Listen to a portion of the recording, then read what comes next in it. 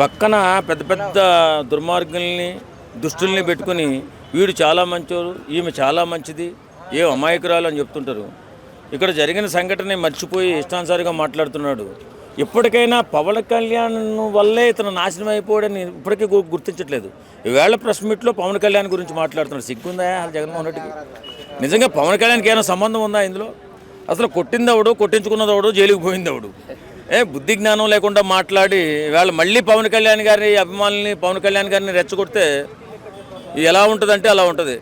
వాస్తవంగా ఆ జరిగిన సంఘటన ఒక కల్తీ నేమ్ మీద పెట్టినటువంటి ఒక ఫ్లెక్సీ మీద వివాదం, నేను పెద్ద మగోడిని అని చెప్పేసి వచ్చి అక్కడ ఇష్టానుసారంగా 20 సంవత్సరాల ముఖ్యమంత్రిగా 4 సార్లు ముఖ్యమంత్రిగా పనిచేసినటువంటి చంద్రబాబు నాయుడు గారిని ఉచ్చనీచాలు లేకుండా లకారాలతో మాట్లాడి గొడవ తెచ్చుకున్నది ఎవడు? అంటే క్షమాపణ చెప్పానని అంటున్నాడు. ఏంటి క్షమాపణ? దాన్ని క్షమాపణ ఉండేవాడు పెద్ద గర్వంగా బయట మళ్ళీ ప్రెస్ మీట్ పెట్టి నేను ఇంత పెద్ద నాయకుడిని, నేను ఆ మాట అనకూడదు, ఆ మాట అంటాం నేను కొంచెం ఆలోచించి అనాల్సింది అని చెప్పి లోకేష్ రెడ్ బుక్కి నేను భయపడ్డం, నా ఇంట్లో కుక్క భయపడడం కాదు, నా చేలో ఉన్న 2 కుక్కలు కూడా భయపడడం అన్నాడు. ఇలా రెచ్చగొట్టి అభిమానులు మనోభావాలు దెబ్బ కొట్టి ఇష్టానుసారంగా తన కుంపటి తనే ఎలిగించుకుని తన కారు, తన ఆఫీసు తగలబెట్టుకున్న వ్యక్తి అంబటి రాంబాబు.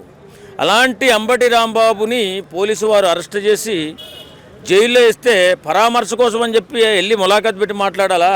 ఇక్కడ ఇంటికి వచ్చిన తర్వాత ఇది జరిగింది అన్యాయం. సరే, ఎవరైనా మ్యాన్ హ్యాండ్లింగ్ చేయడం తప్పు. రాజకీయాలలో సంస్కారవంతమైన మాటలు మాట్లాడుంటే ఇలాంటివి జరగవు. ఏదేమైనా తప్పు జరిగింది కాబట్టి ఇద్దరిది కూడా తప్ప అని చెప్పవలసినటువంటి ఒక నాయకుడు, 5 సంవత్సరాలు ముఖ్యమంత్రిగా పనిచేసిన వ్యక్తి మధ్యలో పవన్ కళ్యాణ్ లాక్కొస్తున్నాడు. ఇది ఎంతవరకు కరెక్టో నాకు అర్థం కావట్లా. పవన్ కళ్యాణ్కి దీనికి ఏం సంబంధమా? నువ్వు చంద్రబాబు నాయుడు గారిని తిట్టావు, చంద్రబాబు నాయుడు గారి అభిమానులు నిన్ను కొట్టారు, అంతే కదా జరిగింది. ఇంకా పవన్ కళ్యాణ్ అన్నిటికీ పవన్ కళ్యాణ్ మీకు కనపడుతున్నాడా? వాస్తవంగా ఇప్పుడు జగన్మోహన్ రెడ్డి పతనం పవన్ కళ్యాణ్. ఇక జీవితంలో మన జగన్మోహన్ రెడ్డి సర్వనాశనం అయిపోవడానికి పవన్ కళ్యాణ్ వీళ్ళు చేసినటువంటి దుర్భాషలే కదా.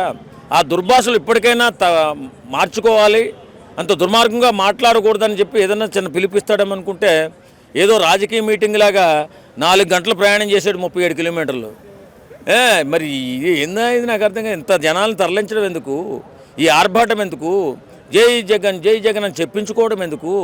ఇంకా ఎలక్షన్స్ 3.5 సంవత్సరాలు ఉంది. ఏమా ఈ పంచాయతీ?